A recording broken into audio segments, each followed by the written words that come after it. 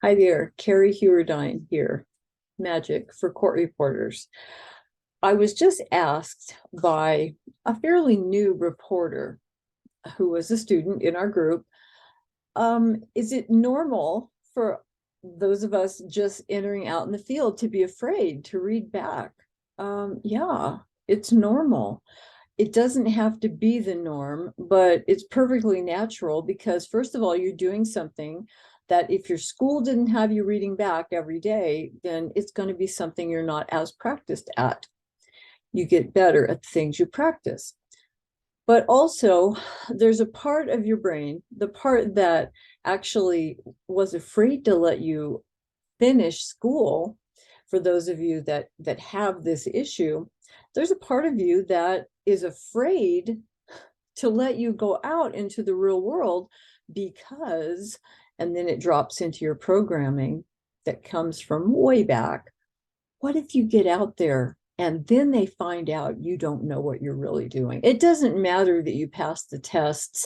Those were flukes. That was an accident. That was a giveaway test. I didn't really earn it. I didn't really deserve it. I'm not really ready to be out in the field reporting. What if they know I'm new and then everything I do becomes a flaw that they see? And I speak to you about this stuff from experience. And that was my experience for the whole first year of being out in the field reporting. But I'm telling you, it didn't have to be that way.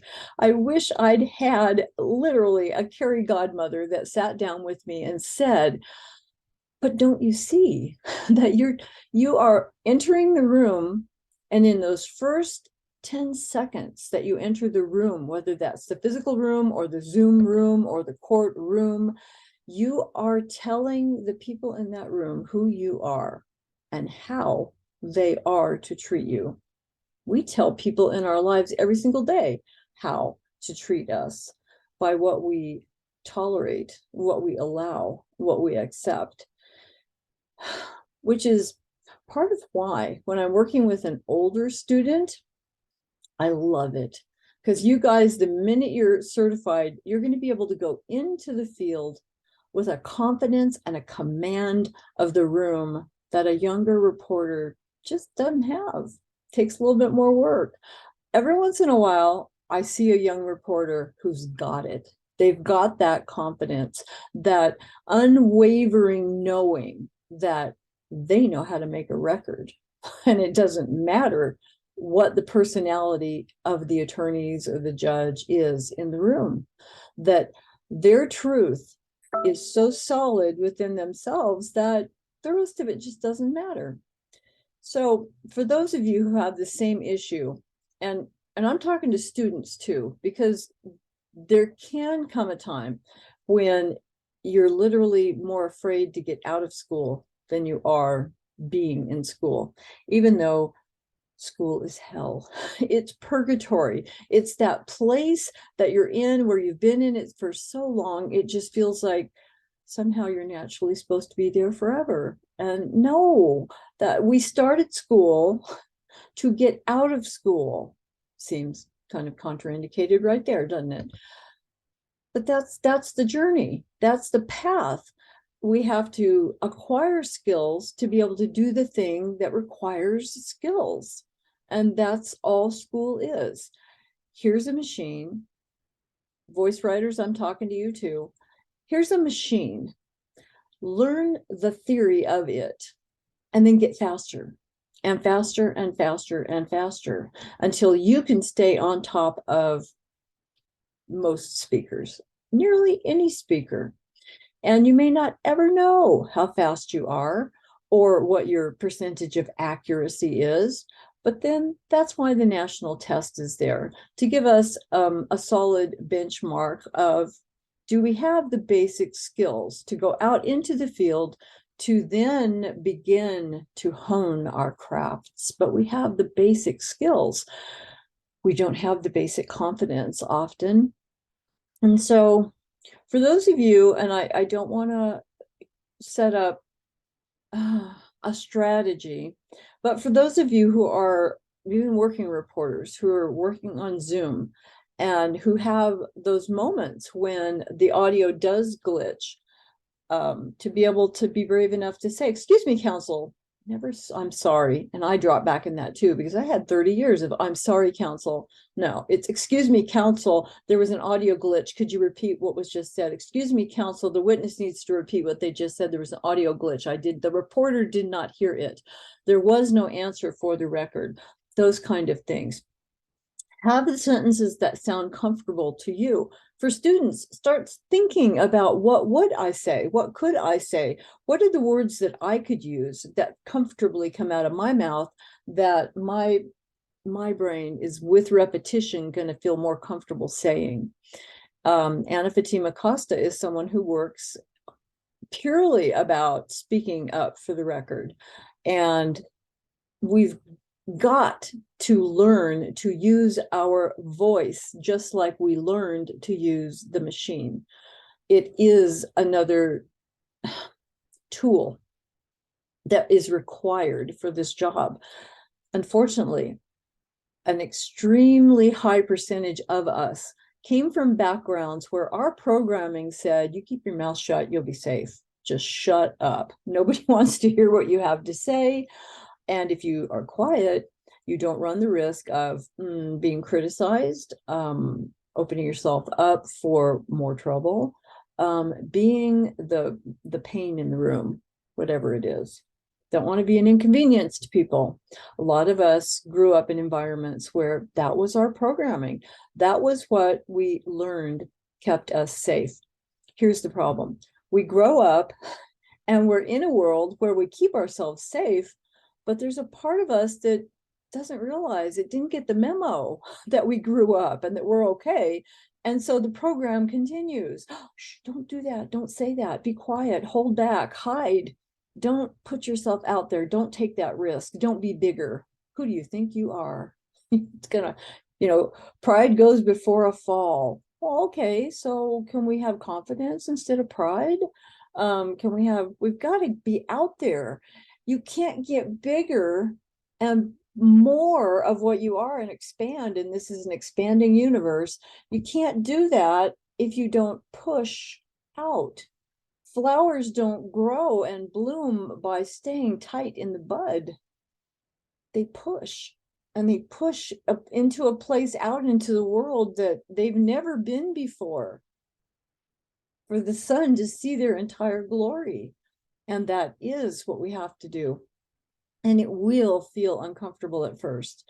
And as my brilliant son told me often, when I tell him something is, oh my gosh, this is so hard, this is so difficult, and he just smiles and says, Mom, everything is difficult at first until it's not. The practice is what makes it until it's not. It will be difficult for as long as you want it to be difficult, until it's not. Until you have practiced it and repeated it and made it a part of your lexicon, a part of your routine, a part of who you are and how you respond. And then it becomes automatic, because it becomes not just what you do, it becomes who you are. Not as a reflection of your identity, but as a new program within you that happens automatically without you having to think about it. It just happens.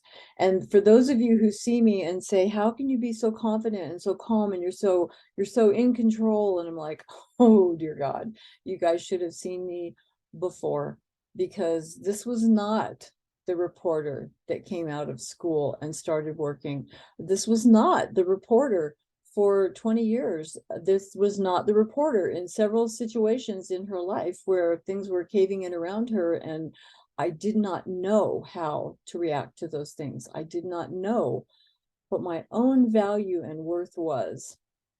There were a lot of times when, I could say I let myself down, but it's only because I didn't know anything else. I didn't have mentors. I didn't have someone who could stand by me and say, well, here's what I do, and it works.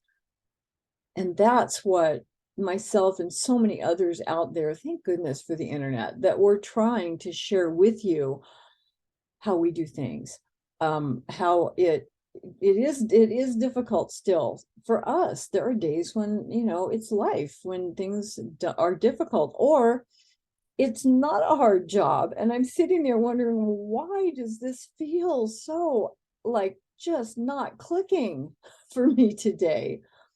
And just like every test, you can't judge every job. They're different.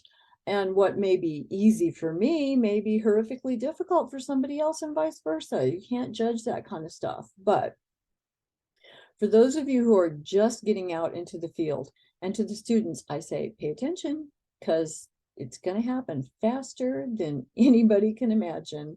I promise that you're going to be at that moment of, oh my God, this is it. I'm really getting out. I'm actually getting out.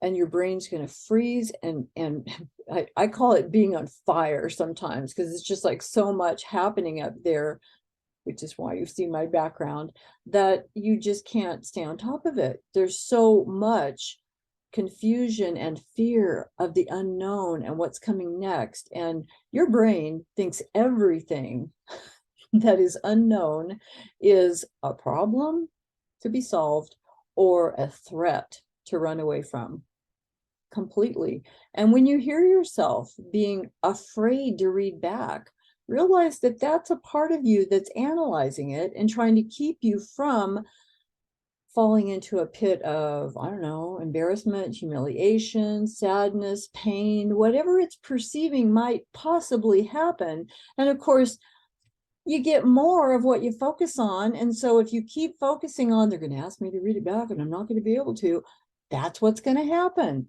So talk to yourself in terms of, I know what I'm doing. I'm watching my readout as I'm writing. I know I've got those questions. Man, I'm going to look at that as an opportunity. When they ask me to read back, I'm going to read back so flawlessly that I'm going to represent this whole profession. Like, yeah, you just let your digital people do that. By the time I'm finished and you're on to your next question, digital is still trying to figure out where the last question was. Whatever. Or, oh, we had an equipment malfunction, but nobody knew. Well, we always know if our output is compromised in any way, including audio disruptions on Zoom. And here are my favorites. Don't use them as a fallback to not have the skills to be able to read back, to stay on top of every word, and to interrupt when you need to. But don't be afraid to say, counsel, for the record, there was an audio disruption. I need you to repeat the question. Counsel, the witness was being overspoken by other counsel, or there were several of you. Hey, y'all, you're all talking at the same time. I can only get one person talking at a time. Not because of my skill level, because in the real world, in a beautiful job, you can actually hear several people talking at the same time and hear the question, even as the answer is being spoken. Remember the question, finish the answer. Or sometimes it's just so disjointed that it's going to be a question that's cut off with dashes and answer, and then the rest of the question. Every job is different. But here's something that a lot of attorneys don't know. Working reporters on Zoom, I'm talking to you.